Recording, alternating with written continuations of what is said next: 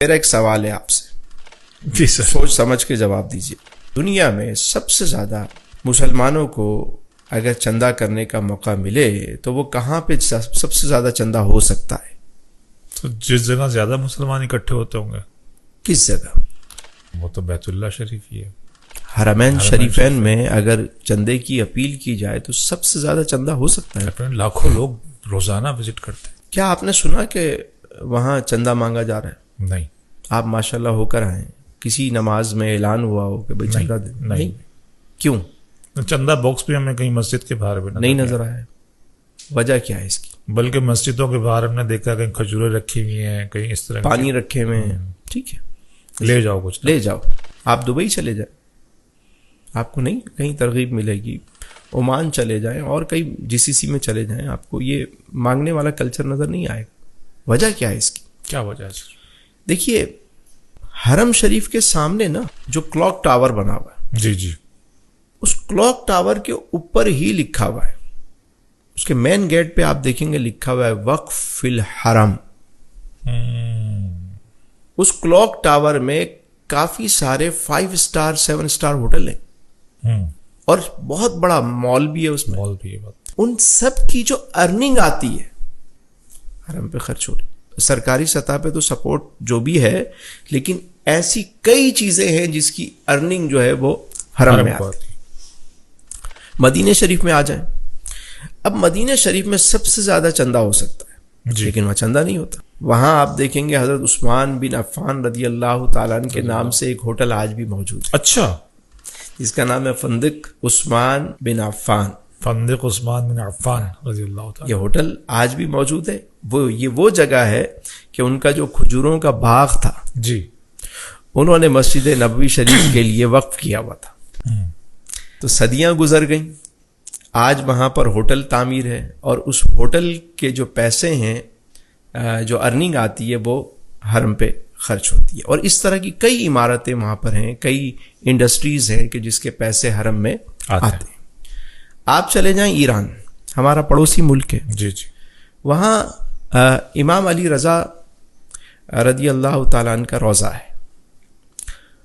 اعتراف میں جتنے ہوٹل ہیں،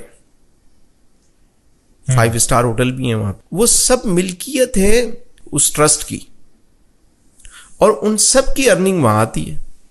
اچھا، یعنی اتنا فنڈ جمع ہوتا ہے، جیسے ہی فنڈ جمع ہو گیا انہوں نے کوئی اور پراپرٹی خرید لی، کوئی اور چیز خرید لی اور اس کو وقف کر دیا روزے کے لیے. اس سے کیا ہوا؟ آپ کے ایسٹ بڑھتے چلے گئے، انکم بڑھتی چلی گئی. پیسہ جمع ہو گیا، پھر کوئی چیز خرید لی، اس کو وقف کر دیا آپ نے. جی، ہم ادارے تو بناتے ہیں لیکن سورس آف انکم جنریٹ نہیں کرتے. ایسا ہی ہے. اب کیا ہوا؟ ادارے بڑھتے جا رہے ہیں، سورس ہے نہیں. ایک ہی سورس ہے کہ ہم نے مانگنا ہے. اب خرچے بڑھتے جا رہے ہیں. ابھی کیا ہوا؟ جب کووڈ آیا تو سب سے زیادہ وہ ادارے متاثر ہوئے کہ جو چندہ بیس تھے، کیونکہ ہر چیز بند ہو گئی. اب کہاں سے کوئی انکم آئی؟ ادارے متاثر ہو گئے. لیکن یہ ایک میسج تھا بہت بڑا، ہم نے اس سے بھی سبق نہیں سیکھا. ٹھیک ہو گیا بھئی آپ اتنے ادارے بنا رہے ہیں تو ساتھ میں کچھ سورس آف انکم تو ساتھ میں جوڑیں. کوئی شادی ہال کھول لیں، کوئی ہوٹل کھول دیں، کوئی انڈسٹری کے لیے جگہ لے کے اس کو رینٹل پہ کر دیں. آپ کو مطلب انکم آتی رہے. آپ کے خرچے بڑھتے جائیں گے تو رینٹ بھی بڑھتا چلا جائے گا. ٹھیک ہے، ہم یہ نہیں کرتے. سر وہ کہتے ہیں کہ وہ مطلب چندہ مانگنا جو ہے نا وہ اسلامی طریقہ یہی ہے.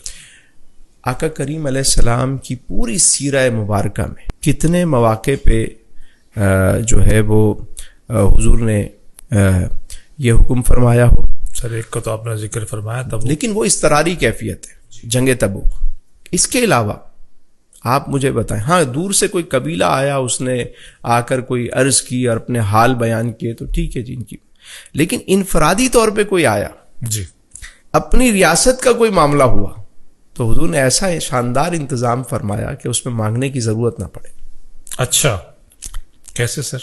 میں نے آپ کو عرض کی نا، وہ جو صحابی آئے جنہوں نے آ کر عرض کی تو حضور نے فرمایا کہ کلہاڑا خرید کے لاؤ تاکہ تم اپنے پاؤں پہ کھڑے ہو جاؤ.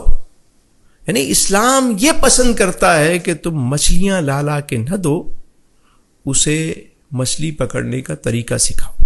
واہ واہ. اسلام یہ چاہتا ہے کہ لینے والا دینے والا بن جائے.